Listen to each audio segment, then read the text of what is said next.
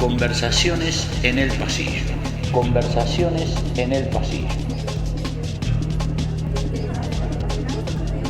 Un espacio de la Cátedra de Política Educativa de la Universidad Nacional de Lomas de Zamora.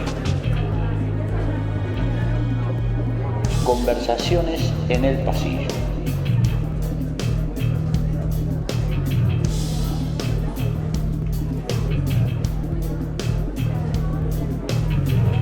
Buscamos entendernos un poquito más.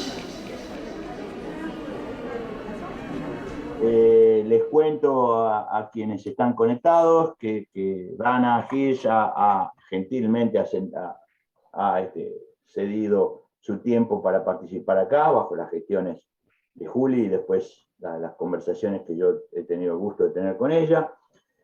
Dana es doctora en educación, es docente, investigadora, Universidad de Luján, ¿no? Universidad de Luján. Y es miembro, me encargó especialmente que lo dijese, que es miembro del CICP, Centro de Investigación como Crítica Práctica.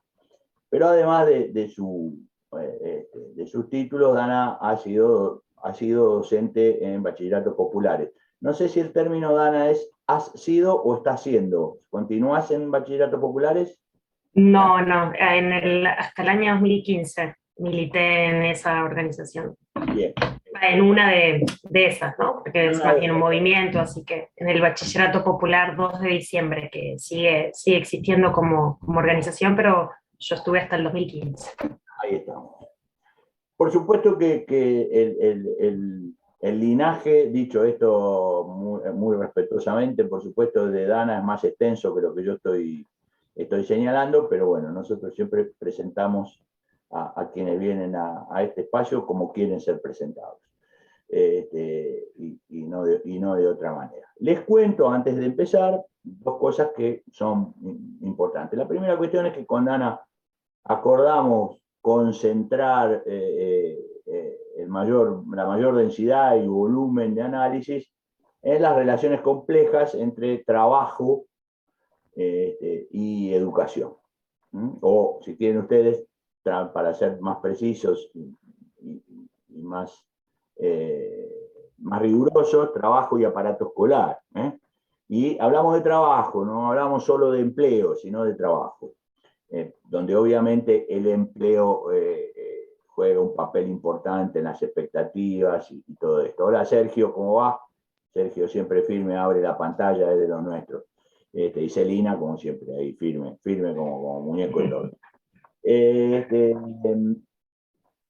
Esta sería la primera aclaración, que es conceptual. La segunda aclaración, que a nosotros nos parece que es la más desafiante, lo hablábamos en la reunión previa con Ricardo y con Lisandro, es que la mirada y el enfoque de Dana es una mirada y un enfoque, unas categorías de análisis que en general en el trayecto académico que estuvimos repasando un poco mentalmente, ustedes tienen en la Facultad de Ciencias Sociales, probablemente, podemos equivocarnos, pero probablemente no han visto esta mirada. No la han visto con nosotros, seguro. Pero además no han visto esta mirada en otras cátedras. Entonces, el marco analítico que les va a ofrecer y el posicionamiento ideológico que Dana les va a ofrecer puede resultar, más allá de los trayectos individuales, yo estoy hablando del trayecto académico, ¿no? Más allá de las trayectorias individuales de cada uno, pueden resultar novedosos, innovadores, y esperemos, por sobre todas las cosas, que es el gran proceso de la cátedra, que los despeinen, que los interpele, los haga pensar, los haga cuestionarse, sin resolver nada, pero abriendo absolutamente todo. Bueno, este es el panorama entonces de nuestra joven invitada. Lamentablemente no tenemos hoy conectada, mirando las pantallas, ¿no?, a ninguna de las chicas de la SEBAS. Tampoco creo que te comenté, Dana, pero hay un grupo autogestivo, 4 compañeras que se autodenominan las SEBAS, que acompañan nuestro trabajo, ya en este es el segundo año en la cátedra, y que nos ayudan a a incorporar los temas en relación al feminismo, o provocados por los feminismos, puestos en escena por los feminismos, nos ayudan a incorporarlos en la cátedra y a modificar, a orientar, reorientar nuestra mirada con esto. La pena que las chicas. Qué bueno.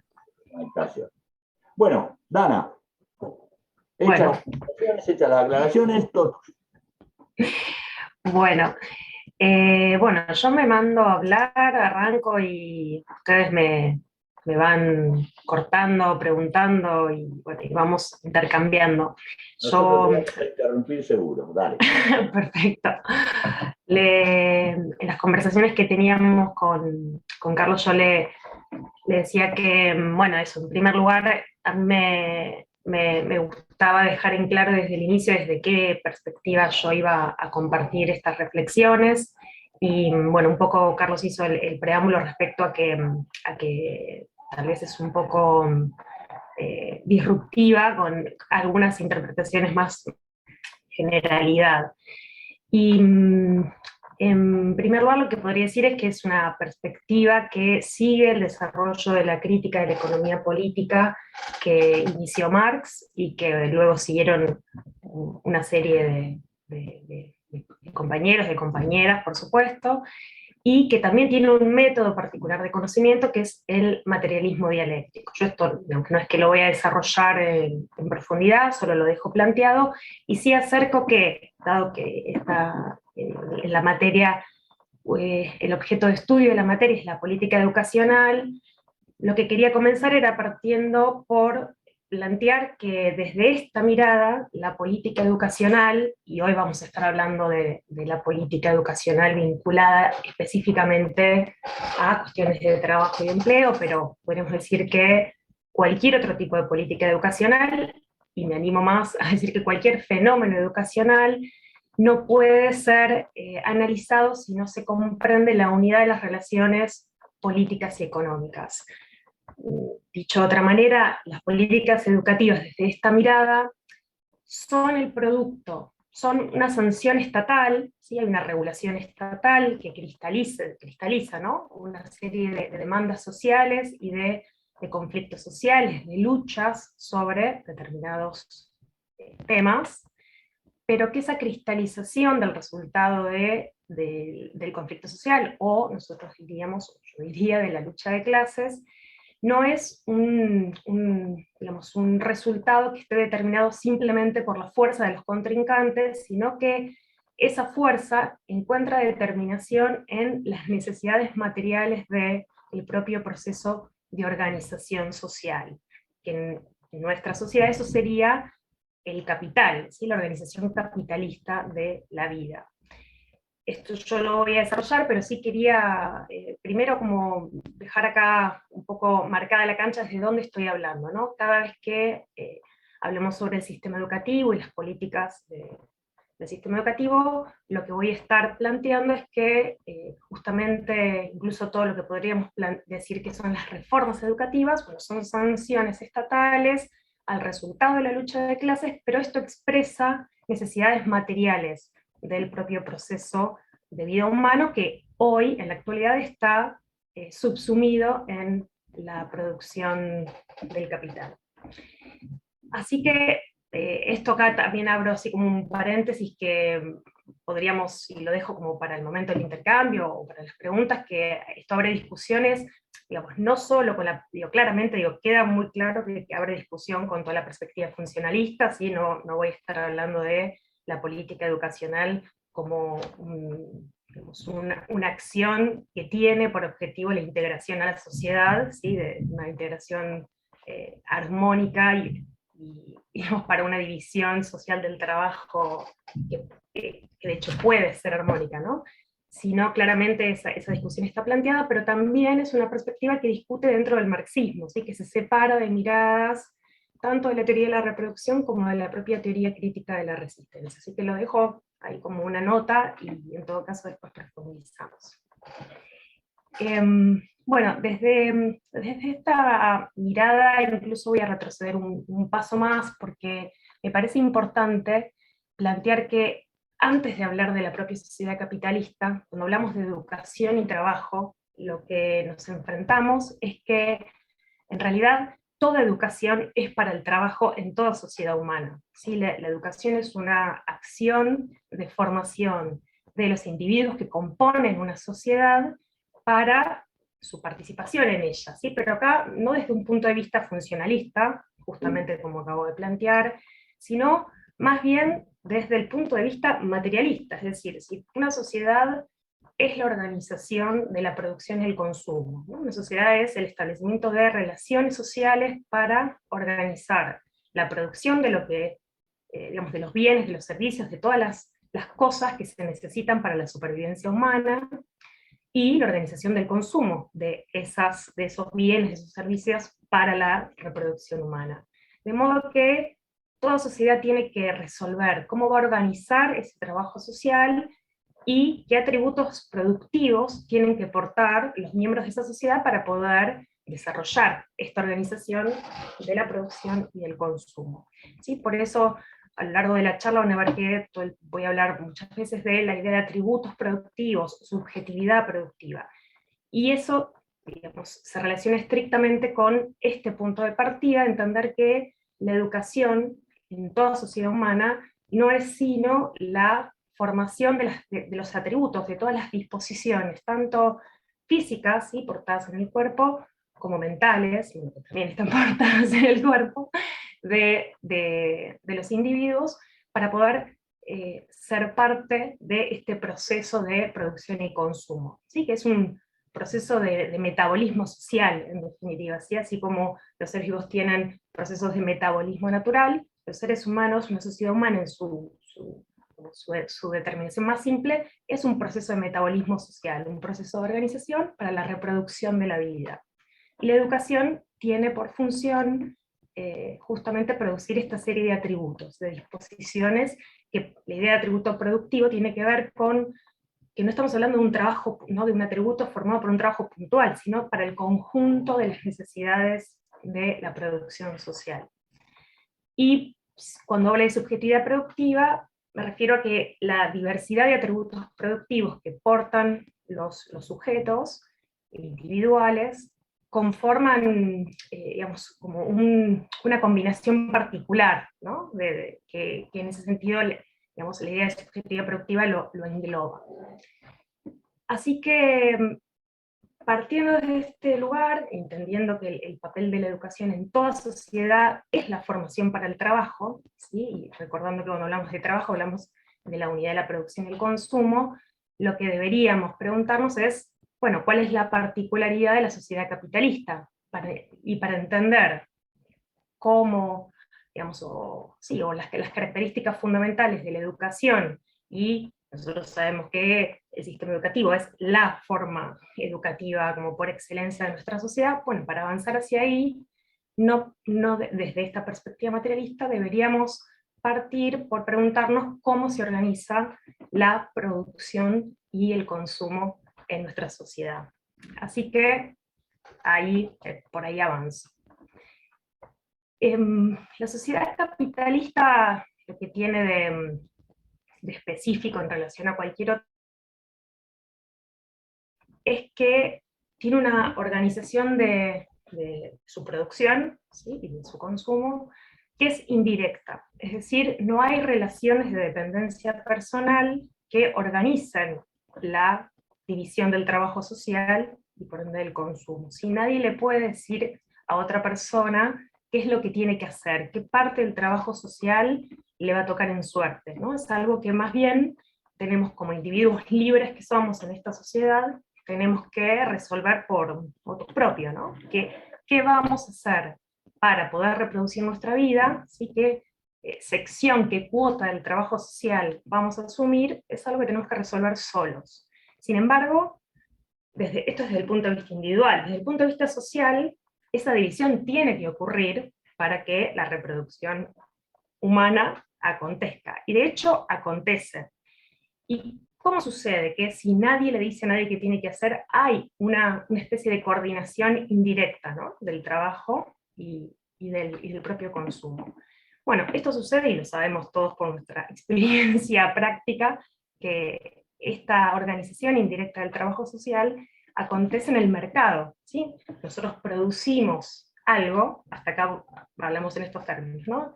Producimos algo que llevamos al espacio del mercado, y en su intercambio obtenemos algo a cambio, y en ese ciclo logramos nuestra subsistencia, nuestra reproducción. De modo que el capitalismo es una sociedad mercantil, ¿sí? Organiza la unidad de la producción y el consumo social, que no es directa, a partir del intercambio del producto de los trabajos. Y acá entonces aparece esto que a primera vista parece como una contradicción, pero en realidad es digamos, una distinción entre forma y contenido, es decir, todos somos individuos libres, no es verdad que no somos libres, ¿sí? En el espacio del intercambio somos sujetos libres que decidimos qué parte del trabajo social vamos a tomar y qué intercambiamos en el mercado para poder subsistir. Sin embargo, nuestra subsistencia depende de que hagamos esas cosas, de modo que somos libres porque estamos enajenados en la producción de mercancías, ¿no? Esto es algo que Marx desarrolla ya bien entrado no, más bien al inicio del Capital, ¿sí? Capítulo 1, y digamos, el capítulo 1 del Capital deja súper en claro que no es un libro de economía, es un libro que explica la subjetividad humana, explica la conciencia de los seres humanos en esta organización social. ¿Sí? Una organización social que produce mercancías, lo que digamos, se organiza en base a una subjetividad que es libre, pero porque en realidad está atada a la producción de mercancías. Así no podemos dejar de hacer eso para poder subsistir. Esto pido un poco de paciencia porque voy a llegar a hablar de educación y trabajo, pero esta determinación más simple de la organización social capitalista nos permite reconocer que el capitalismo no es una organización social que esté organizada, por la redundancia, con el objetivo inmediato de satisfacer las necesidades sociales, sino más bien de producir valor, ¿sí? De generar mercancías que en el intercambio del mercado, o hacer así como unos saltos bastante acelerados, le permitan a los dueños de los medios de producción digamos, apropiarse de un valor extra del producido. Entonces, es como una forma de organización social que está invertida, ¿no? En realidad se satisfacen las necesidades humanas como, digamos, no como primer necesidad, sino más bien como una consecuencia de que en realidad se está produciendo valor, ¿no? Y en este sentido es que Marx trae la idea de alienación, de enajenación. Esto muchas veces es interpretado en la literatura marxista como la idea de alienación, ¿no? No sé si vieron Tiempos Modernos, ¿no? Chaplin ajustando tuercas a lo loco, volviéndose como un poco demente, entrando a la máquina por el nivel de intensidad del trabajo y de superexplotación. En realidad, Marx habla de enajenación, no en ese sentido, que igual es cierto, que hay superexplotación, sino en el sentido en el que los seres humanos no somos quienes controlamos nuestro proceso de organización social, sino que estamos sometidos a la producción de valor. Y en el proceso de producir valor y del enriquecimiento de los propietarios privados de los medios de producción, satisfacemos nuestras necesidades humanas, y a veces ni siquiera, ¿no? Porque hay una serie de partes de la población íntegras que no logran reproducir su vida. Y en este sentido, el capitalismo es un proceso digamos, de organización social enajenado en la producción de valor. Bueno, ¿a dónde nos lleva esto? A que la organización de la producción está traccionada por la búsqueda individual de ganancias, ¿sí? Los capitalistas todo el tiempo quieren obtener mayor cantidad de ganancia extraordinaria, y esto hace que introduzcan una serie de transformaciones, o al menos lo busquen todo lo que puedan, transformaciones en los procesos de trabajo, Y estas transformaciones en los procesos de trabajo lo que hacen es potenciar el desarrollo de las fuerzas productivas y también van transformando lo que esos procesos de trabajo demandan de los trabajadores, es decir, de la fuerza de trabajo. ¿Sí? O sea, si cambia técnicamente, si cambia organizacionalmente la forma de no solo producir en los capitales individuales, sino de organizar la producción en términos generales, eso va a traccionar transformaciones en los atributos productivos, ¿sí? La subjetividad productiva de los trabajadores y las trabajadoras, y por ende va a tener que modificarse, digamos, o eso va a tener su correlato en la transformación de la formación de la fuerza de trabajo. ¿Sí? Y acá vuelvo un poco al inicio de la exposición, en términos de que en este sentido vamos a interpretar los cambios educacionales en el capitalismo. ¿Sí? Están motorizados de base por transformaciones de la producción social y realizados a partir del conflicto político, la lucha política o la acción política de los sujetos. ¿Y por qué digo esto? Porque justamente en el capitalismo no hay una organización directa del trabajo, no hay alguien que se siente y plantee, bueno, lo que vamos a necesitar es producir tal cosa, para eso necesitamos tanta cantidad de trabajadores y trabajadoras, que tienen que tener estos atributos, y entonces le damos curso a la producción social. El capitalismo es la negación de todo eso, es el no control de eso. Todo eso acontece, pero de una forma indirecta. ¿Sí? Nadie lo organiza y el propio intercambio del mercado lo termina desarrollando. Y el sistema educativo es parte de este mecanismo, podríamos decir, ¿no? De este mecanismo que parece automático. Evidentemente, digamos, los que mueven, digamos, no los que mueven, pero bueno, el motor está en la búsqueda de ganancia, que transforma productivamente la organización del trabajo, eso demanda tributos, y lo que ahora ya sabemos es que la política estatal va sancionando resultados a la expresión de los distintos intereses y al conflicto en torno a esto para dar curso a estas necesidades. Y esto no es lineal e inmediato, ¿sí? Justamente algo que vengo enfatizando es que se realiza permanentemente con tires y aflojes y conflictos, ¿sí? Porque esta organización del trabajo social es indirecta y está sustentada en intereses antagónicos, ¿no? De quienes poseen los medios de producción y quienes venden su fuerza de trabajo. Dana. Sí. Está bien, deteneme un poco.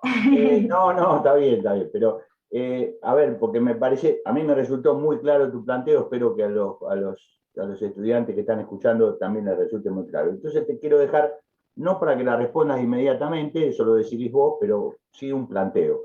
Dale. Si efectivamente el sistema escolar se ajusta de manera indirecta a los reclamos de capital, digamos, a las necesidades de capital, sí. También hay reclamos, pero a eso es de aspectos puntuales, a las necesidades de capital. Pareciera, nosotros creemos que lo que te voy a decir es así, pero por ahí vos no, que en este momento de la humanidad y de la sociedad argentina, o sociedades como la Argentina, hay un desajuste muy profundo entre la producción material del sistema escolar y los reclamos de capital, digamos, ¿no?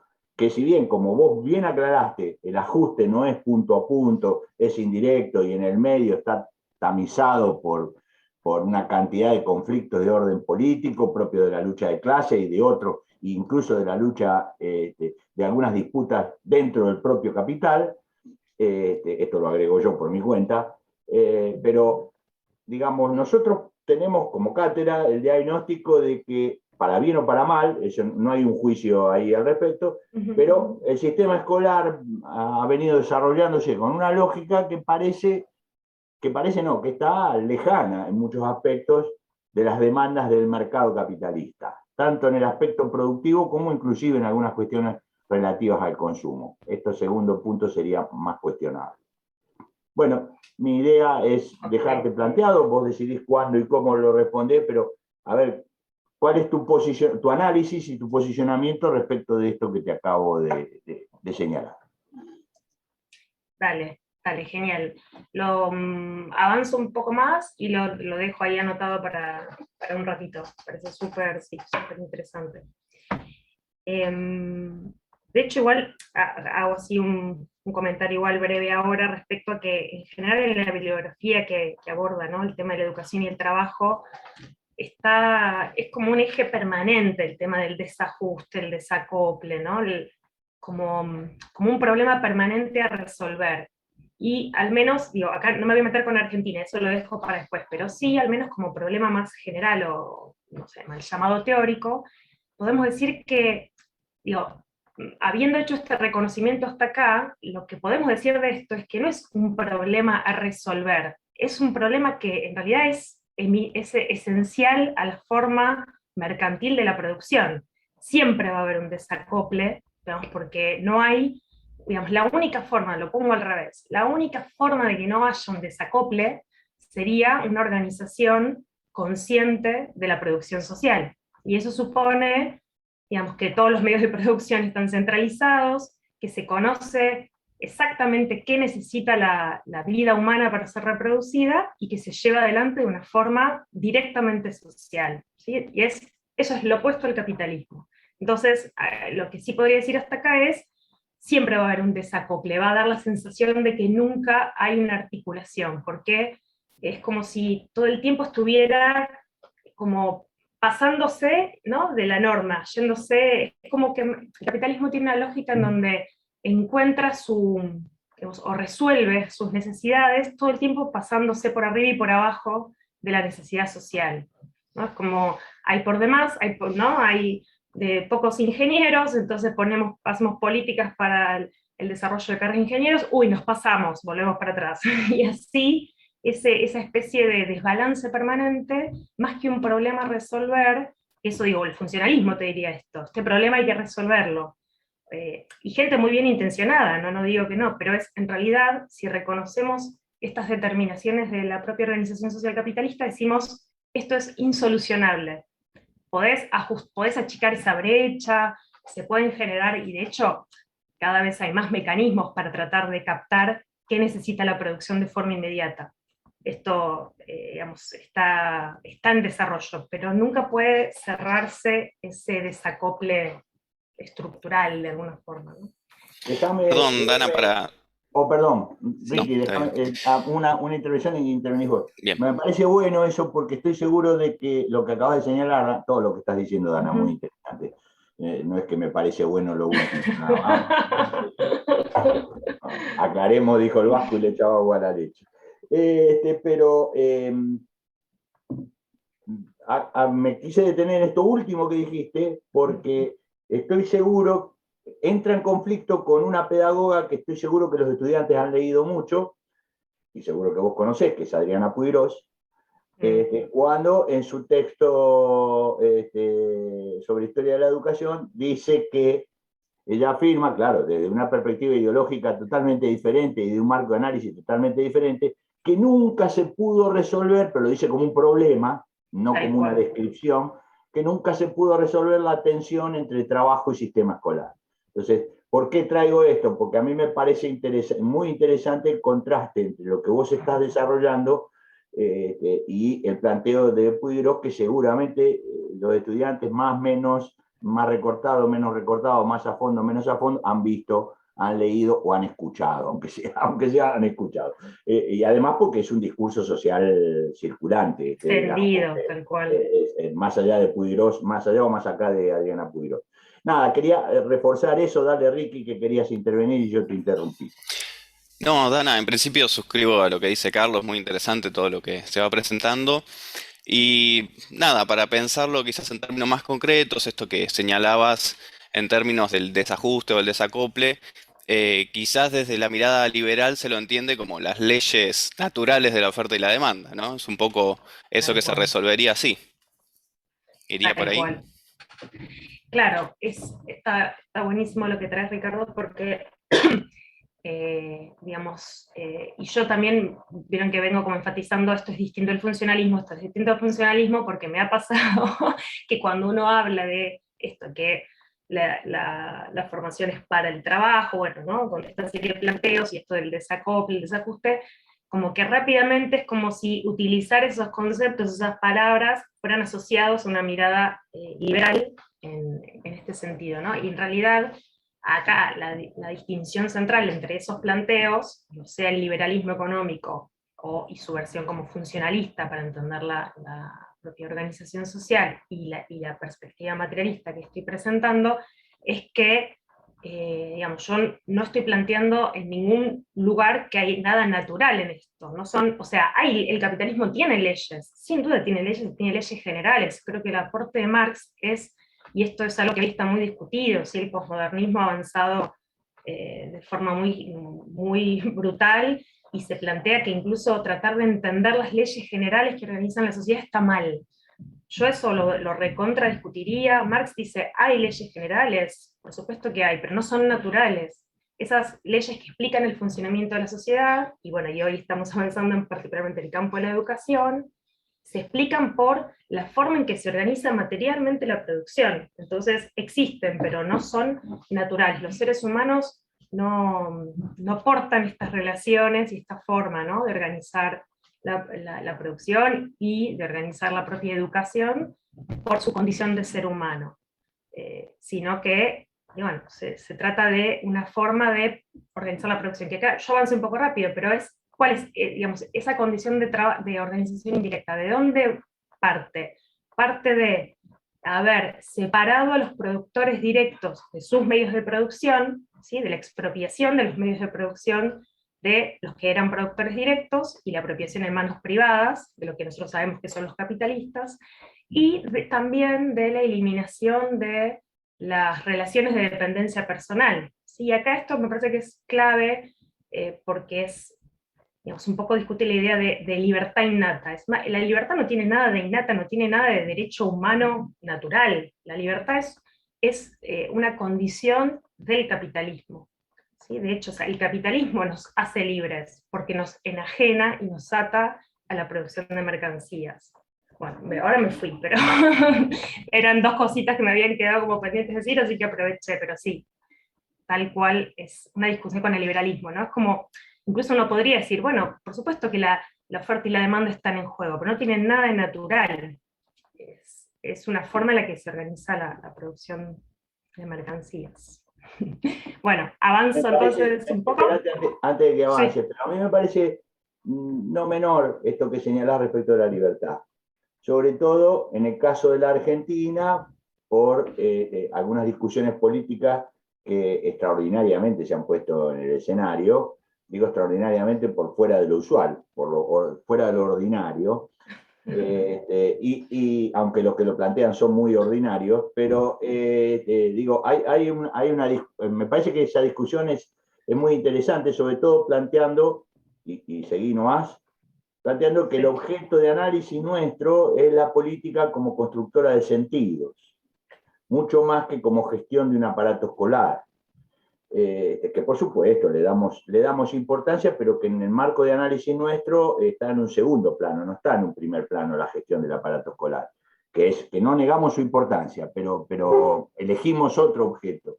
Y pensar una política como sentido, tomando en cuenta una construcción y que hay un formato de libertad que tiene que ver con la lógica del capitalismo, y lo planteaste hace un ratito, solo estoy recopilando, que somos libres, aún con los límites que significa la palabra, para elegir, bueno, vamos a producir esto, vamos a trabajar de esto, vamos a trabajar de lo otro, de acuerdo a los juegos sociales que ofrece la organización capitalista. No es menor para discutir la cuestión simbólica, que a veces es un poco ninguneada por el propio funcionalismo. Entonces, me parecía interesante. Dale, Dana, perdón por la interrupción. No, para nada, no te quiero pedir perdón. Bueno, ¿en qué hemos quedado? Creo que había llegado hasta plantear que... Tomaste el camino lateral de, digamos, explicar la cuestión de la libertad, pero estaba ya avanzando en explicar estas vinculaciones, estaba avanzando hacia la vinculación más directa entre trabajo y sistema escolar, planteado Bien, ya sí. el juego del sistema capitalista. Bien, genial, porque, claro, digamos, todo el derrotero este apareció a partir del planteo de que digamos, en el capitalismo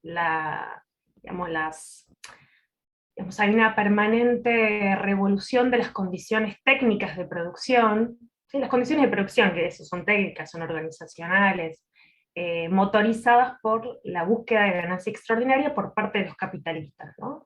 Entonces yo lo que planteaba era que no son simplemente, digamos, transformaciones técnicas y organizacionales del trabajo, sino que esto también transforma nuestra subjetividad, porque la subjetividad humana no es una cosa que flota en el aire indeterminada, sino que la subjetividad humana es la forma en la que nosotros nos enfrentamos al medio y lo transformamos para nuestra supervivencia, ¿sí? O sea, y las formas de, digamos, la forma de, digamos, las transformaciones subjetivas están traccionadas por estas transformaciones de las formas de apropiarnos del medio. Bueno, estoy dando como un rodeo, pero a donde quiero llegar es que digamos, en la historia del capitalismo hubo transformaciones que podemos decir como a grandes rasgos. Marx la organiza como en tres, ¿no? Que las formas de producir se transformaron en, primero, o la forma más simple de producción en trabajadoras realizando una misma actividad, pero bajo un mismo techo, ¿sí? En un mismo medio de producción, y esto supuso la potencia de las fuerzas productivas. Luego, la división manufacturera del trabajo, ¿sí? Hace un rato hablaba de Chaplin y la película de Tiempos Modernos, ¿no? Y está muy reflejado como la parcelación de tareas y la simplificación del trabajo al partir la integralidad de la producción de una mercancía en distintas como secciones, ¿no? Partes simples, también le permitió a los capitalistas, digamos, un incremento muy grande de la valorización de su capital. Y por último, el sistema de maquinaria, es decir, el avance, y esto es algo que no es que sucedió una vez en la historia y nunca más, sino que es un proceso continuo en donde se van automatizando a medida que se puede, y esto es otra discusión, pero hay un proceso, digamos, creciente de automatización de la producción social, es decir, de lograr a partir del desarrollo del conocimiento científico la objetivación del trabajo humano en sistemas cada vez más automáticos. ¿Y esto por qué me detengo acá? ¿Qué tiene esto para decirnos sobre la educación y el trabajo? Que en realidad, por eso digo que no son momentos históricos estrictamente, porque todas estas tres formas de producción siguen existiendo de forma yuxtapuesta, ¿sí? También depende de qué espacio nacional uno mire, qué rama de la producción, pero sí quiero marcar la tendencia del cambio, es decir, en el capitalismo la tendencia es a que trabajar sea cada vez menos la operación directa sobre el objeto de trabajo, mediada por una herramienta, para hacer cada vez más el conocimiento científico acerca de cómo transformar la naturaleza para lograr que digamos, la operación sobre los objetos de trabajo sea cada vez más automática. Entonces, trabajar ya empieza a ser cada vez esencialmente otra cosa. ¿Se entiende? Son formas de operar sobre el objeto de trabajo muy distintas. Y esto tiene un montón para decirnos sobre la educación, sobre qué es lo que los seres humanos tenemos que saber, que conocer, ¿sí? Y a mí me pareció, yo llegué, acá hago así como un paréntesis personal, de que es muy sintomático que en las carreras de ciencia de la educación no se mire casi nada de todo esto, porque es como si estudiáramos los procesos pedagógicos, ¿no? Las políticas educativas, incluso sociología de la educación puede llegar a tener alguna unidad, algún texto sobre trabajo, pero no aparece con la centralidad que debería tener cómo se organiza la producción social, ¿no? Y qué tiene para decirnos eso de lo que los trabajadores y las trabajadoras tenemos que saber. no sé, digamos, después si quieren lo seguimos charlando, pero es algo que a mí digamos, yo me acerqué un poco a este problema, este desarrollo hacia el final de mi carrera. Es como cuando terminé la carrera dije, en realidad ahora tengo que volver a empezar. Y es algo bastante sintomático, ¿no? De bueno, ¿qué estudiamos cuando estudiamos ciencia de la educación si no miramos en absoluto estas cuestiones?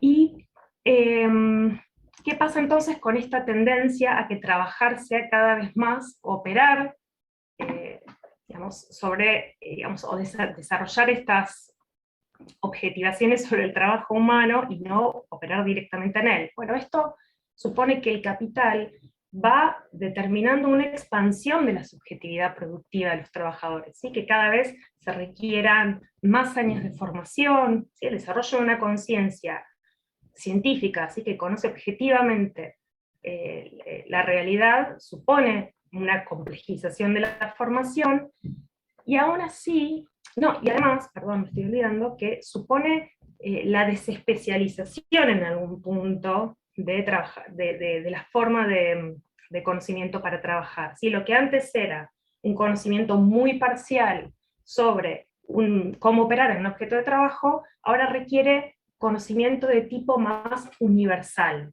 ¿Sí? ¿Se entiende la idea de, cuando hablo de desespecialización, no quiere decir que no hay, porque de hecho el conocimiento científico tiene una variedad de especializaciones fenomenal, pero sí hay digamos, un conocimiento más universal respecto a cómo operar en los procesos de trabajo que las tareas puntuales, específicas, y que requieren... Párate ahí, Sí, por favor. dale. A ver, porque igual hay una pregunta en el chat, pero la vamos a que Sergio nos aguante un poquito para planteártela un poquitito más adelante. Ahí vos estás planteando en las relaciones sobre cuál es el conocimiento del cual deberíamos apropiarnos y cuál es la orientación del mundo productivo capitalista actualmente. Creo que eso está claro, aunque veremos después con las preguntas. Pero, a ver, nosotros trabajamos, a un autor en particular, podría ser cualquiera, a Goran Terwon, con el tema de la desigualdad. Y hay una cuestión ahí que a mí me interesaría escuchar tu análisis. Porque hay un segmento enorme, cada vez más grande de la población mundial, no solo de la Argentina, que está fuera de esta posibilidad que vos planteás.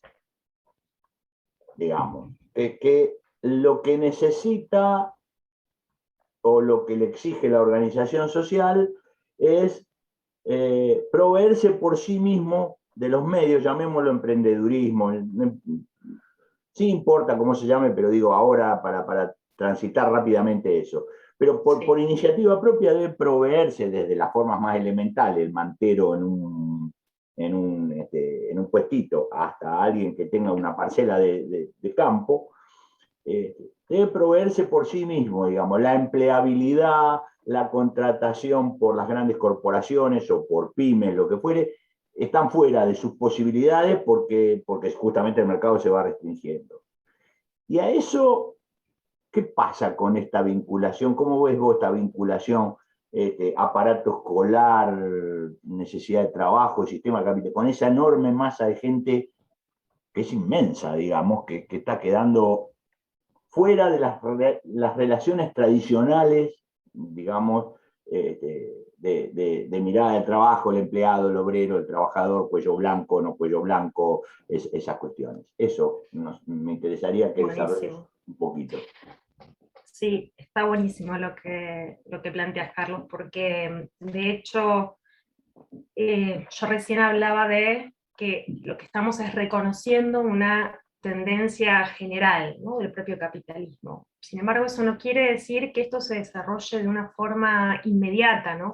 Simple, podemos decir, como que se desarrolla linealmente inmediato, sino que cada paso adelante en este desarrollo de la conciencia científica, de los procesos automáticos de trabajo, ¿no?, y esta expansión en la subjetividad productiva de una parte de la clase trabajadora, va simultáneamente generando dos formas de degradación, podemos decir, de la subjetividad productiva de los trabajadores. Por un lado, porque digamos, la automatización también va generando sus propias simplificaciones del trabajo, digamos, todavía hay mucho trabajo manual específico, ¿no?, sobre el propio objeto de trabajo, no es que esto desapareció completamente.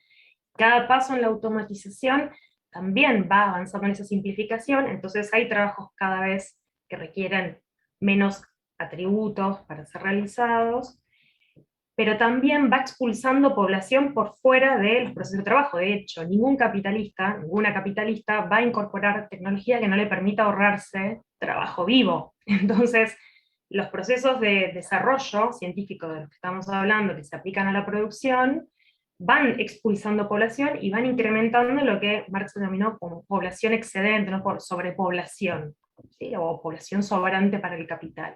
Y esto también, acá otra vez, depende de, digamos, yo estoy hablando como de forma general, no estoy hablando de espacios nacionales puntuales, estoy pensando el capitalismo como una organización mundial de la producción que va tomando formas nacionales. Entonces lo que pasa es que hay espacios nacionales donde la población obrera, o sea, donde más bien hoy día se concentra la población con subjetividad más expandida, hay espacios nacionales donde coexiste población de subjetividad más expandida y población con subjetividad más degradada, ¿sí? Se entiende que no, digamos, tiene que ver con estas determinaciones generales, ¿no? Y países enteros y regiones, digo, pensemos en lo que es África hoy para la producción mundial, donde son reservorios de población sobrante. Entonces, sin duda, reconocer un movimiento general no significa, o no se puede, digamos, no niega que ese avance se va desplegando a partir de su negación. Esto parece medio un trabalengua, pero pongo este ejemplo que a mí me sirve bastante para clarificar. En algún punto, por ejemplo, hoy día, que acá estoy por ahí adelantándome un poco, pero no importa. Hoy, hace varios años ya, ¿no?, que la producción, digo, tanto pensemos en, por ejemplo, México y las maquilas, o la producción en el sudeste asiático, ¿no? Toda la ropa que tenemos hoy encima, que probablemente venga del sudeste asiático, nosotros sabemos que digamos, son sectores digamos, del mundo que empezaron a especializarse, no eran países con gran desarrollo industrial, lo empezaron a hacer en base a digamos, la manufactura y a la incorporación de población digamos, que estaba por fuera de la producción y a la que se le paga 2,50 mangos, ¿sí? Población obrera muy barata para el capital.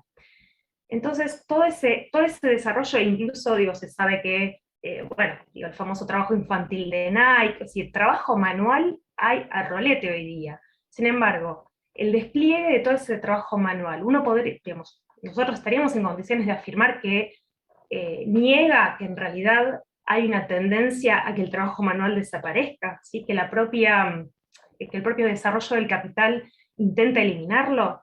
¿Se entiende un poco la idea? Es que algo se multiplique no significa que eso sea lo que va a suceder de acá en más. Más bien, la tendencia es a que eso desaparezca, pero en cada avance, si el capital tiene oportunidad de seguir explotando eso, lo va a hacer, ¿sí? Cuando la población obrera sea lo suficientemente cara como para emplearla para el trabajo manual, bueno, pondrá a disposición una parte de su capital para seguir automatizando los procesos productivos. Mientras no lo necesiten, no lo va a hacer. Pero la tendencia general sí es a que desaparezca, aunque en lo inmediato veamos multiplicación. Entonces, lo que planteo con el trabajo manual y más intelectual, ¿no?, o para procesos cada vez más automáticos, se relaciona con esta idea de que hay una tendencia a la expansión de la subjetividad de los trabajadores, y sin embargo, cada pasito adelante se desarrolla con una multiplicación de su opuesto, que es la degradación de la subjetividad de una parte de los trabajadores y la mutilación directamente de todos los atributos productivos de la población que sobra, ¿sí? O sea, pensemos que tenemos población que ya está fuera del proceso de trabajo, que no tiene perspectiva de ingresar, ni ella, ni, digamos, las camadas que vienen detrás de ella, no tiene oportunidad. Vos decías recién, ¿no?, como todos los proyectos de emprendedurismo, de autogestión, se suelen, y acá, bueno, esto por ahí abre una serie de discusiones, pero se suelen muchas veces como pintar de como del atributo de la autonomía, ¿no? Es la oportunidad de desarrollar un proyecto propio, y en realidad es la única oportunidad de lograr la autosubsistencia. Pero, Bueno, igual, a ver, déjame preguntarte esto.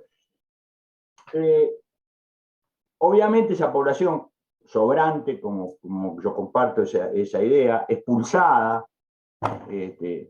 ya no es marginal, es expulsada, es excluida, tampoco constituye parte de lo que en algún momento se denominó el ejército industrial de reserva, porque el capitalismo es otro, porque la lógica, como acabas de escribir, es otra, y el capital no piensa en eso como un recurso al cual apelar en determinado momento un salto productivo, porque los saltos productivos van en otra dirección. Creo que ahí coincidimos. Ahora, pensándolo no desde el sentido de nosotros como trabajadores, sino pensándolo de la lógica capitalista, a vos, ¿cuál es el criterio que te parece que es el que opera para que el sistema capitalista intente a través del aparato escolar acercarse a esa masa expulsada?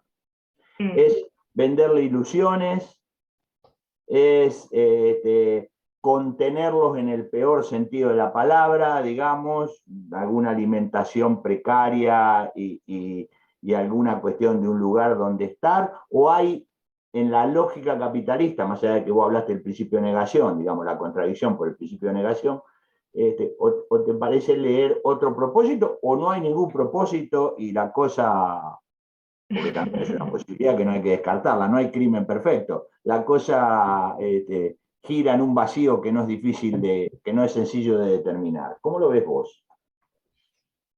Bien, creo que sí, la pregunta del millón.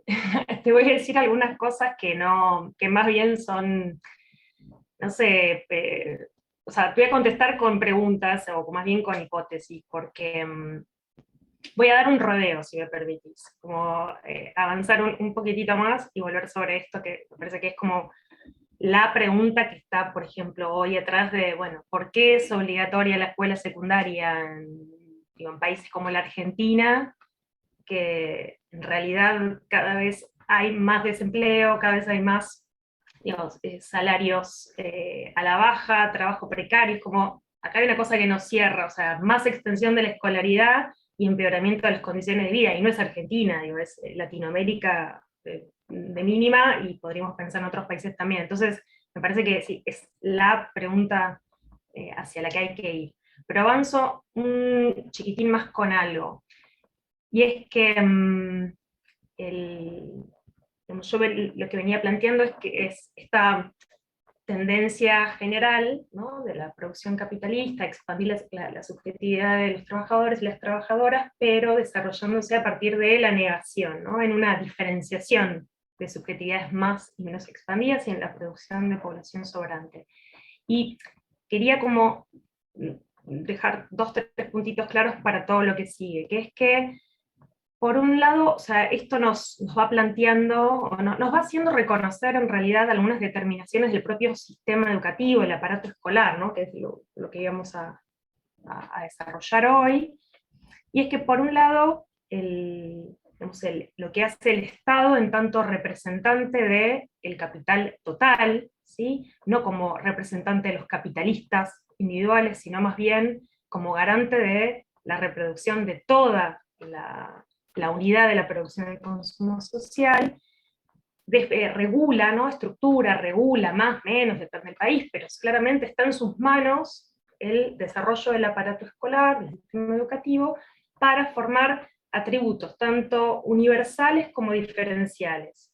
Lo que son universales, algunos atributos, queda claro con la obligatoriedad escolar, y lo quiero desarrollar porque va a ser importante para contestarte, Carlos.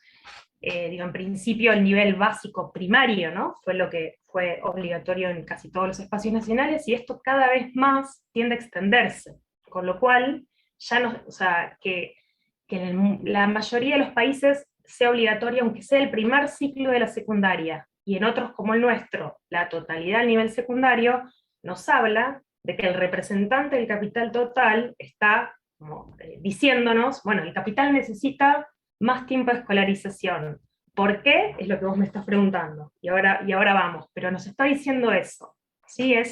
Y acá vuelvo con algo que ya planteé, que es, claramente la clase trabajadora se expresa a favor de esto, puede haber luchas y conflictos políticos que lo hayan realizado, pero claramente expresa una necesidad material de la propia organización capitalista. Después vemos cuál es, que un poco sé y un poco no tengo idea. Adelanto. Y, y por otro lado, pero bueno, eso es bueno, porque tenemos muchas tareas por delante, todos los que estamos acá presentes.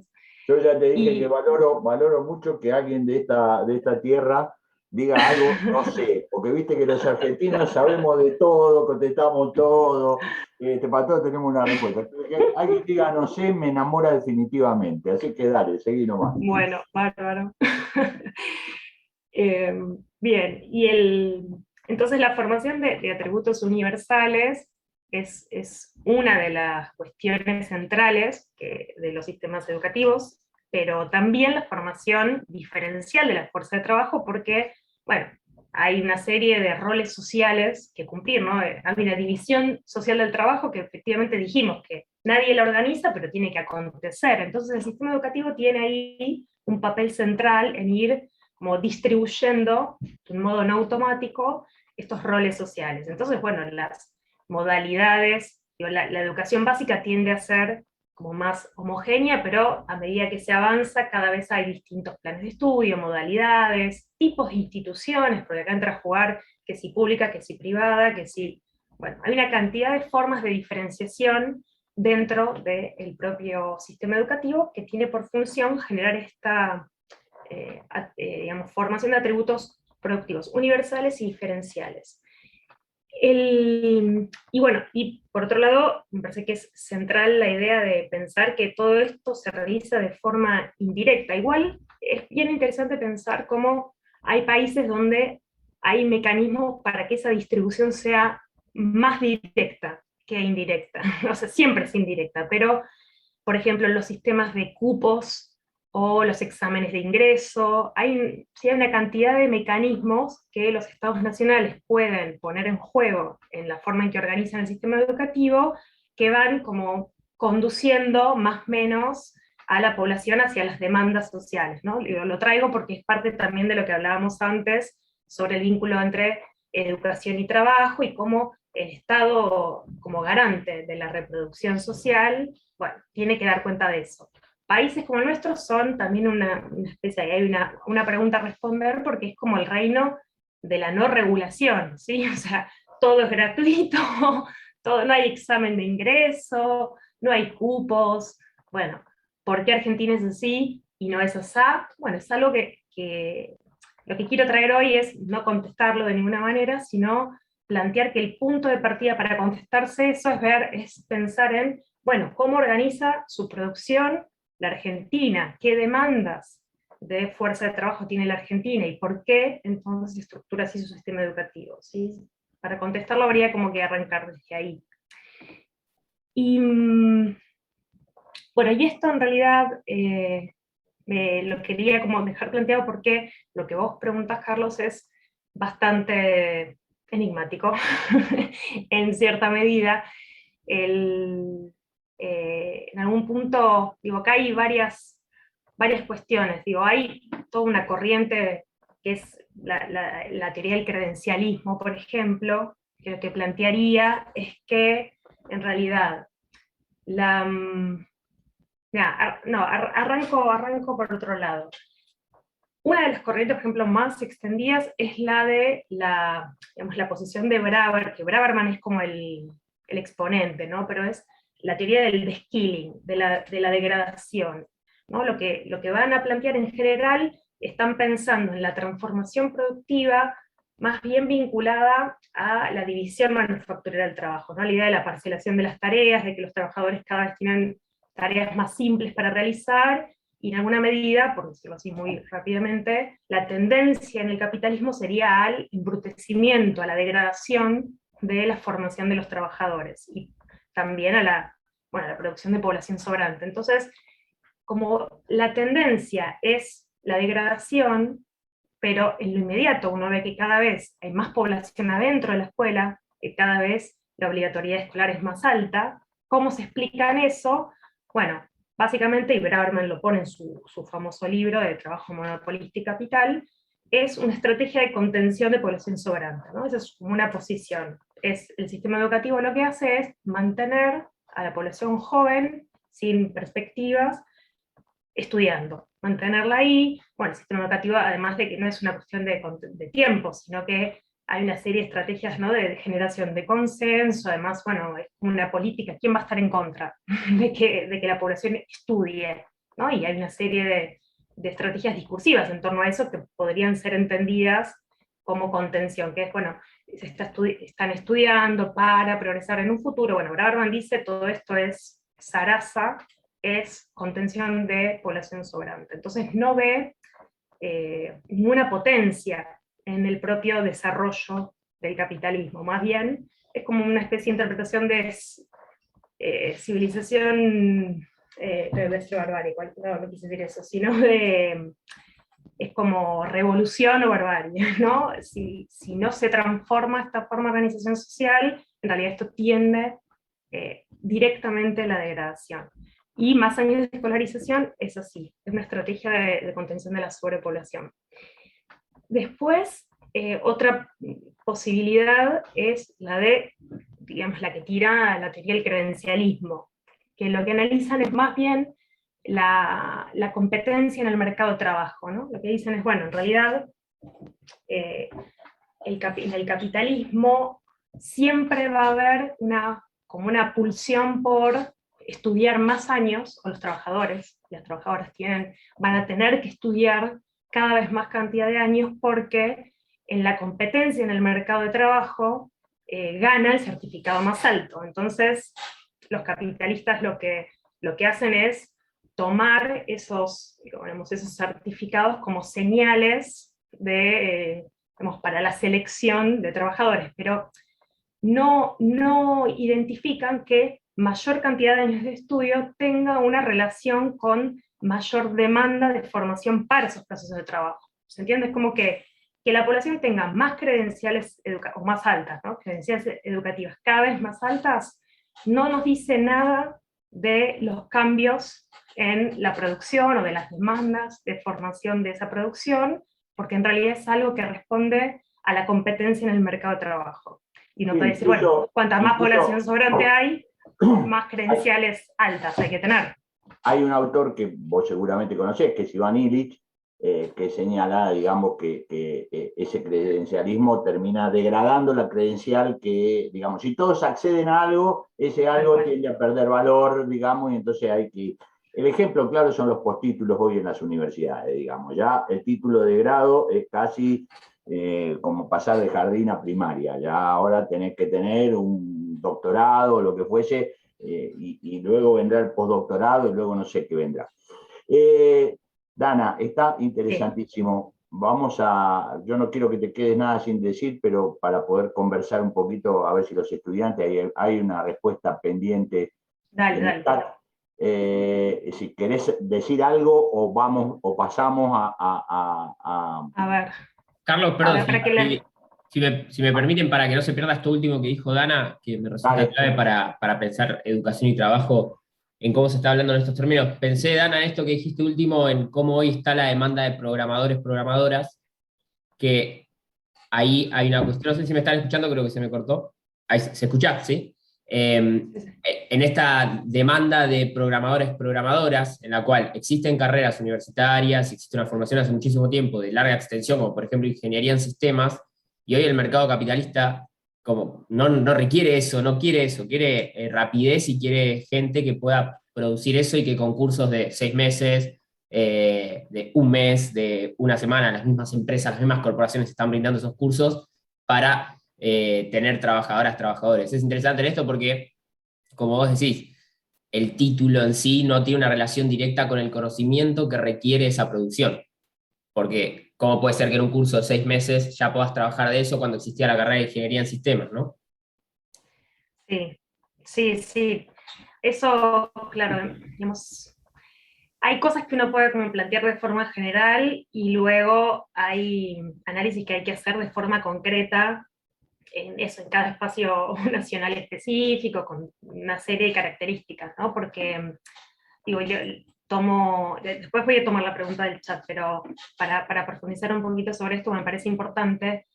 Yo, digo, sería escéptica en plantear que, digamos, la prolongación de la obligatoriedad del nivel secundario, por ejemplo, en Argentina o en Latinoamérica, puede estar, el contenido de eso, y la explicación de eso puede ser algo distinto a lo que es en otro espacio nacional, ¿no? Entonces, digo, esto que vos decís de, bueno, estos cursos cortos, bueno, tal vez acá están jugando un papel y en otro espacio nacional están jugando otro. ¿Y a qué voy con este planteo?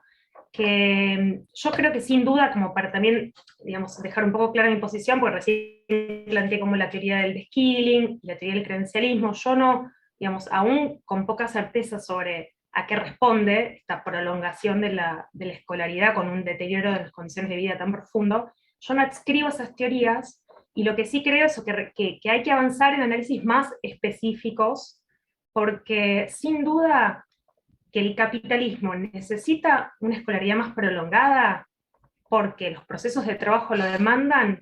Yo digo, pensando en todo el recorrido que hice hasta acá, yo diría sí, suscribo, o sea, sin duda, digamos, así como el capitalismo nos genera grandes penurias, sin duda es una forma de organización social que expande la subjetividad productiva enormemente. Pensemos 100 años atrás, digamos, no, la alfabetización no era universal. Bueno, y cada vez, digo, desde algo tan básico como que cada vez más población acceda a la universidad, acceda al desarrollo del conocimiento científico, a mí me parece una potencia o sea, una potencia enajenada en el capital y con un montón de sufrimiento, pero es una potencia de esta organización social. Entonces, la prolongación de la obligatoriedad escolar para mí entra ahí. Lo que no significa que en espacios nacionales como el nuestro, que tienen una serie de características, la producción social acá adentro tiene una serie de características que si bien después podemos como profundizar, tal vez no significa exactamente, digamos, no es una afirmación exactamente de esa tendencia. Por ahí es como, se presenta como, lo voy a decir muy bruto, pero como si fuera Alemania o Finlandia, y en realidad el contenido es otro.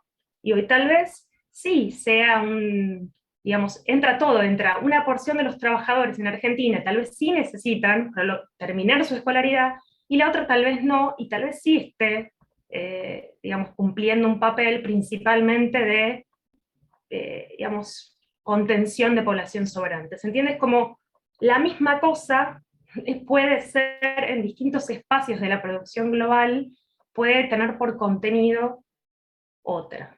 No sé si fue un poco enredada, pero me parece que no, a veces cuesta un poco, digo, por ejemplo, para dar otro ejemplo, en mi tesis de doctorado, analicé las reformas de la educación técnica, ¿no? Y en la década del 90, ya los 80 en realidad, en espacios nacionales bien, podemos decir, que producen todas las mercancías y que todo más o menos funciona, ¿no? Como lo que se conoce como desarrollados.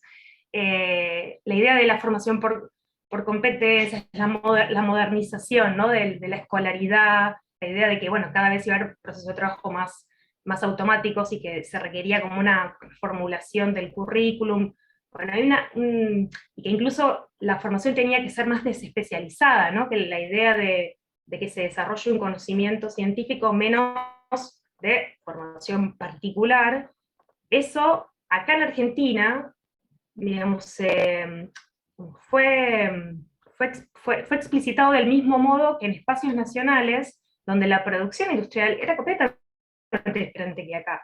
Pero lo que yo digo, para sintetizar bien rápido, pero lo que yo analicé en mi tesis de doctorado es que esos discursos, digamos, eran desplegados, pero luego la implementación concreta de esas reformas no fue para ahí de ninguna manera. Las escuelas técnicas, en el mejor de los casos, lo que hicieron fue seguir haciendo lo que hacían, ¿sí? O sea, siguieron con las horas de taller con formación especializada, todo básicamente igual, con alguna que otra modernización. En las zonas industriales, yo estudié San Nicolás, que bueno, ahí está Techín, entonces hubo alguna especie de modernización, pero es como lo discursivo en las reformas, y lo que sucede es completamente distinto. Y sin embargo no quiere decir que en otra parte del mundo esa desespecialización de la formación no fuera realmente necesaria y que de alguna forma no sea como la tendencia global, digamos, general, no global, porque voy embarrando, generando problemas a lo loco. No, pero está muy bien. Ahí tenés una pregunta en el chat de Sergio, que la hizo hace un rato ya. Te pregunta si la forma de organización social liberal no nos deja otra opción que la educación como formación para el trabajo. ¿No? Dice, bueno, y luego pregunta si queda en nosotros construir otro sentido. Después tenemos un comentario de Celina, pero primero vamos a la pregunta de Sergio. Bueno, yo en primer lugar te contestaría, Sergio, que, a ver, yo no puedo entender que la educación no sea para el trabajo, o sea, ¿no? En ninguna sociedad y por ende en esta. O sea, vivimos bajo una forma de organización capitalista, entonces la formación es para el capitalismo. Eso, digamos, deriva en una reflexión respecto a si dentro de una organización social puede haber espacios autónomos a las relaciones sociales de esa organización social. Yo no estaría de acuerdo con eso. Yo creo que lo que no significa que no encuentre potencias transformadoras en estas relaciones sociales. Pero lo que diría es, vivimos bajo relaciones sociales capitalistas, la educación y la formación es para las relaciones sociales capitalistas, veamos, ¿sí?, qué potencias transformadoras tienen las relaciones sociales capitalistas. Entonces, la educación bajo el capitalismo sí tiene potencia, pero yo no encuentro, o no acuerdo en realidad con la idea de que la autonomía, ¿no?, que uno encuentre libertad en espacios autónomos por fuera de las relaciones sociales. Es como, no hay relación social por fuera de esta forma de organización de la producción y el consumo, pero lo que sí te diría es, digamos, hay potencia de transformación, sí que la hay.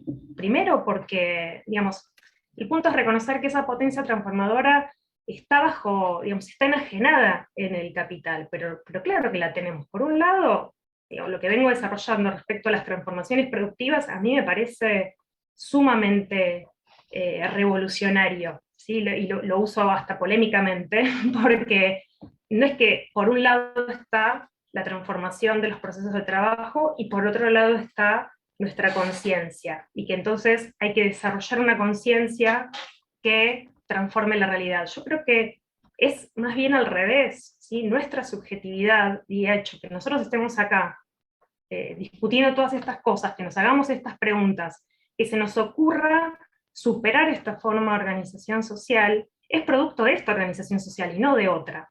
¿Sí? Digamos, yo recién dije, bueno, el capitalismo se organiza a partir de la propiedad privada de los medios de producción y de una libertad, que en realidad es una libertad que nos enajena la producción de nuestro trabajo. Y digo, bueno, esto tiene potencias transformadoras, tiene potencias, ¿sí?, porque se van desarrollando las fuerzas productivas de una forma, digamos, pero claramente más rápido y mucho más potente que otras formas de organización social, y también tiene sus límites, porque no logra reproducir la vida de todos los seres humanos, porque nos genera penurias, nos genera altos niveles de explotación, ¿sí? O sea, hay una destrucción también de fuerzas productivas, y bueno, y eso supone no solo capitales, sino personas. Entonces, me enfrento a ese límite y digo, bueno, lo que hay que hacer en realidad, lo que tenemos por tarea los trabajadores y las trabajadoras, es eliminar la propiedad privada de los medios de producción, ¿sí?, como centralizar todo el capital y organizar la producción y el consumo de forma consciente. Ahora, la educación, o sea, digo, esto que estoy haciendo yo no creo que esté por fuera del capitalismo. Yo soy una trabajadora, soy producto del capital, y estoy acá conversando sobre la posibilidad de su superación. Y para mí la educación tiene esa potencia en el capitalismo, que es ir generando las condiciones para superarlo. Y superarlo, yo siempre me detengo un poco acá porque muchas veces se habla de superación y no se dice de qué se está hablando. Superarlo es eso, es eliminar la organización indirecta del trabajo. Por ahí meto un bocadito más, si me permiten, porque es como una reflexión así un poco abstracta, pero la llevo a algo al plano de la educación más puntualmente, ¿no? Carlos mencionaba que yo milité en el Bachillerato Popular 2 de diciembre, y en ese marco habíamos tenido discusiones muy, muy largas respecto a, bueno, cómo orientar, qué hacer con esa escuela, ¿no? Cómo orientar las materias, hacia dónde, y el Bachillerato 2 de diciembre está a 2 cuadras de la Villa 21-24 de Barracas. Toda la población que asiste ahí, población de jóvenes y adultos, de la Villa 21-24, con todas las condiciones de precariedad de la vida que se puedan imaginar, ¿no? Y con mucha dificultad para sostener ese proceso. Y algo que discutíamos bastante, porque en el movimiento de bachilleratos populares había proyectos muy diversos, y muchos de ellos eran bastante proclives a generar proyectos autogestionados, de autosubsistencia, ¿no? Incluso algunos eran cooperativas y abrían una escuela vinculada a la cooperativa. De hecho, bueno, así surgen los bachilleratos populares, ¿no? Con la cooperativa de IMPA, de Madrera Córdoba. Y a nosotros en esas discusiones llegamos a la conclusión que lo que queríamos hacer no era, digamos, no oponernos a las formas del cooperativismo, sino más bien comprender que el cooperativismo era una estrategia de la clase trabajadora de supervivencia, por supuesto que es algo que apoyábamos firmemente, pero que para los trabajadores de Villa 21 con los que nosotros trabajábamos, lo más potente era que en la cantidad de materias que teníamos, fuéramos desarrollando un reconocimiento de que ellos eran parte de la clase trabajadora, y que eso les imprimía unas potencias particulares, ¿no? Y que de hecho, digamos que ellos pudieran tener un trabajo asalariado al terminar el bachillerato, no era un problema, sino que era, digamos, la mejor condición a la que podían acceder. Si, digamos, si fuera un trabajo asalariado, en blanco, digo, hubo estudiantes que después fueron parte de los sindicatos en donde trabajaban. O sea, nosotros apostábamos fuertemente a que reconocieran las potencias que tenía su condición de trabajador asalariado, y no a negar esa condición. ¿Sí? No sé si aporta algo, pero estas reflexiones más genéricas van teniendo como carne en, bueno, cómo te vas posicionando en estas posiciones, en esto, ¿no? Y de hecho, tuvo otras derivaciones, porque, por ejemplo, hizo que nosotros decidiéramos funcionar dentro de una escuela pública, o sea, pedirle al Estado funcionar en un espacio público, aunque teníamos bastante decisión sobre cómo gestionábamos nuestro propio trabajo, ¿no? Y los planes de estudio, el plan de estudio, las materias, etc. Pero no queríamos estar delimitando nuestro espacio de autonomía. ¿Sí? Bueno, que el Estado ponga los recursos, que el Estado ponga sus normas, nosotros con eso haremos lo mejor que podamos.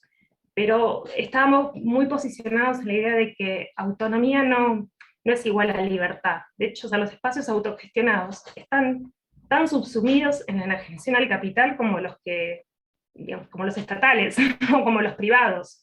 Después uno puede, decir, bueno, pero yo en este espacio autogestionado tengo un margen para hacer tal cosa. Bueno, son análisis más concretos, pero a priori no identificamos más libertad. Bueno, ahora, me callo un poco para abrir. No. Es muy interesante, igual tenemos que cerrar, porque ya llevamos 1 hora y media. Pero déjame preguntarte esto. Hay un comentario de Celina, pero que a lo largo de tu respuesta a Sergio también terminaste respondiendo, digamos, no había pregunta, era un comentario, pero terminaste dando tu punto de vista para la intervención de Celina. A mí hay algo que todavía no sé si no termino de entender, o simplemente estamos en el territorio de un desacuerdo, no lo tengo claro. A ver, vamos a ver. El posicionamiento ante lo autogestivo, lo entiendo, es un territorio de discusión, y sé que en los bachilleratos ha sido una discusión. Julián nos ha ilustrado al respecto, una discusión fuerte, que se sostiene aún hoy. Y eso está bien. Yo lo que sigo sin... por eso digo, no sé si estoy en desacuerdo o no entiendo, es la cuestión respecto de la insistencia. No, la insistencia no, déjame corregir, estoy buscando las palabras. la preeminencia en la formación respecto del asalariado, o en la formación respecto de las categorías para un asalariado para defenderse, cuando la lógica del capitalismo, que no parece que vaya a cambiar, es expulsiva y los trabajadores, o todos aquellos que lo único que tienen es su fuerza de trabajo, vamos a tener que vivir de otra manera, aún dentro de un régimen capitalista. Digo, ¿no hay ahí un territorio donde deberíamos tener una mirada que a lo mejor rompe con algunos cánones, por ejemplo, de la tradición marxista, para hablar de la tradición y no del marxismo, porque Marx es un padre con muchos hijos y muchas hijas. Digo, no habría que, rompiendo el discurso de Bullrich, el discurso cambiemita, el discurso de la derecha, del emprendedurismo, pero sí tomar que no va a haber, no podemos disfrutar de la incertidumbre como propuso en algún momento Esteban Bullrich, pero sí pensar, bueno, como trabajadores, la expectativa del salario trae mayor precarización, todo lo que vos describís. ¿No habría que mirar más para lo autogestivo, justamente? ¿Cómo? Para lo que se llama economía popular, que también tiene su vericueto, ¿no? No soy ingenuo en esto, no hay ninguna idealización ahí, también hay relaciones capitalistas informales, no relaciones capitalistas formales, pero hay relaciones capitalistas ahí. Pero no habría que derivarlo ahí. ¿Cómo lo ves vos? Y con esto cerramos. Dale. Estoy muy tentada de contestar un montón de cosas, pero voy a tratar como de ser breve y sintetizar. Cede a la tentación, Primero, es sano ceder a la tentación. Sí, yo por ahí voy a empezar un poco más para atrás, porque de hecho es algo que, viste, yo había organizado una serie de puntos, eso me quedó fuera y me late el ojo un poco por no poder plantearlo, así que voy a aprovechar para traerlo ahora y contestarte al final de eso. Porque, digamos, lo que en general a veces pasa en estos debates es que aparece la idea digamos, de que, digamos, nadie puede negar, voy a partir así, estamos en una situación, digamos, de una crisis muy profunda del capital, que evidentemente, digo, y si pensamos especialmente en la educación de los trabajadores y las trabajadoras, hay una diferenciación brutal, ¿no? O sea, esto lo sabemos en nuestro país, pero también en otros espacios nacionales, digo, basta con abrir el diario y ver también, digamos, no solo los indicadores respecto a digamos, mayor y menor nivel educativo, sino también cualitativamente, digo, las pruebas de aprendizaje, con todas las críticas que uno puede hacerle, sí, las de rendimiento académico, ¿no? Así le diría, las pruebas de rendimiento académico, con todos los problemas que tienen, muestran diferencias cualitativas en la formación brutales, ¿no? O sea, es un momento de muchísima diferenciación dentro de la reproducción de los trabajadores y las trabajadoras, y bueno, esto que vos traes, Carlos, es cada vez hay menos posibilidad de trabajo como lo conocíamos, ¿no? En blanco, estable, seguro, con un salario que permita reproducir la vida. La pregunta es como, bueno, ¿hacia dónde? ¿Vamos hacia los espacios como de autogestivos y de autonomía? O muchas veces en los debates aparece la idea de, bueno, volvamos al estado de bienestar, volvamos como para atrás, ¿no? Volvamos a que el Estado se haga cargo de todo esto. Y yo creo que es una discusión que es un poco no sé, dicotómica y medio tramposa, porque, digamos, volver atrás así inmediatamente no se puede. ¿Por qué? Porque eso nos lleva a la pregunta de ¿qué era el estado de bienestar? Bueno, el Estado, y vuelvo al inicio de la charla, la política pública, y lo que estamos conversando es la política educativa, es una forma de organizar la producción social. Entonces, la producción social en la primera mitad o hasta la década del 70, tenía una forma que no es la que tiene hoy, ¿no? Era producción, digamos, una producción dentro de espacios nacionales, ¿no? Que sí, obviamente siempre hubo vinculación entre estos espacios, pero digamos, los espacios nacionales producían la totalidad de las mercancías, los industriales, ¿no? Los países que producían mercancías industriales producían todo lo que necesitaban internamente, además exportaban, la base técnica era otra. Bueno, voy a hacer un salto así como mortal, y en todo caso después si hay interesados o interesadas puedo también socializar bibliografía y lo podemos seguir conversando en otros momentos, pero había una base técnica en la producción, una forma de organización nacional de la producción que, que suponía que el capital no demandaba una formación tan diferencial de la fuerza de trabajo. Lo digo por ahí más fácil, el capital demandaba una formación relativamente, no sé si es más fácil lo que digo, relativamente indiferenciada, más o menos lo que requería formar. Entonces, la política pública lo que hace es el capital total tomando en sus manos la formación de esa población. Ahora, post década del 70 hay una fragmentación internacional de la producción brutal, ¿no? Entonces empieza como a separarse, hace un rato lo decía, espacios nacionales donde se empiezan a especializar en las partes más complejas de la producción, y entonces también se produce y reproduce fuerza de trabajo con formación más compleja. Espacios nacionales que toman la parte más simple de la producción, y espacios nacionales que son reservorios de población sobrante, ¿no? Esto lo veníamos diciendo. Ahora, entonces, post-década del 70, la diferenciación educativa es expresión de la diferenciación en la producción y reproducción de fuerza de trabajo, y no se puede simplemente volver para atrás.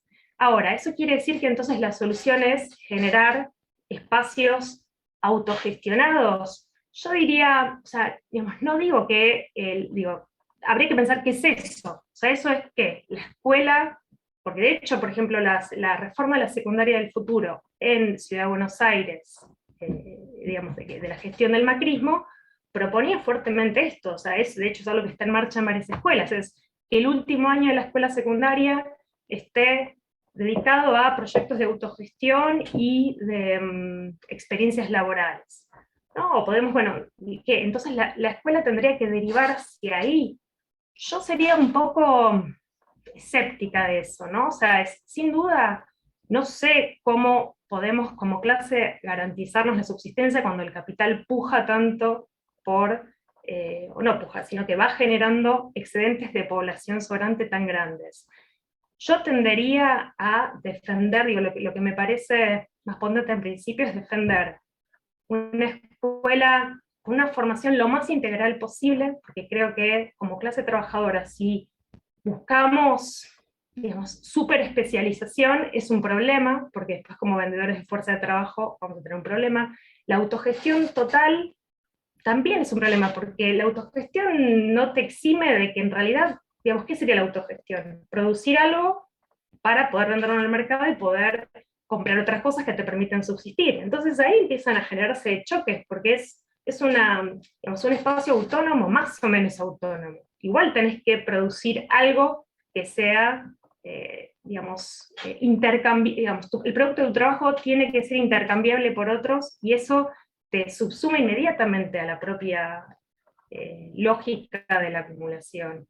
Entonces, no sé, por ahí fue un poco confusa, pero es como, si me apuras, yo diría que me da un poco de suspicacia los proyectos de orientar la escuela hacia formaciones muy especializadas en trabajo, o a proyectos autogestionados. Es como que entiendo que tiene de fondo, expresa más bien, expresa un momento en nuestro país que claramente, digo, si miramos la década del 70 para acá, el salario cayó un 50%, la pobreza aumentó un 40%, el desempleo aumentó un 50% también. O sea, los indicadores son sumamente preocupantes. Si miramos a los jóvenes, todavía esto se recrudece todavía más, con lo cual claramente es un momento de muchos proyectos que tienden a orientar la escuela hacia acá. O lo que puedo plantear es esto, pueden garantizar la subsistencia, pero igual no podemos negar que también pueden estar operando como formas de degradación de la propia formación de la fuerza de trabajo. O sea, si le restamos tiempo de formación al, digamos, integral del contenido que es la escuela secundaria, digamos, ¿qué perspectiva nos damos como clase? Así que igual, entiendo, es la supervivencia o esta formación integral. Bueno, tenemos un problema agudo como clase a resolver. ¿Sí? Yo no sé si te contesté, o sea... Sí. Es que me contestaste, no tengas la menor duda de que me contestaste. A ver, nuestras queridas víctimas, ¿alguien tiene alguna pregunta, comentario, consulta que hacerle a Dana?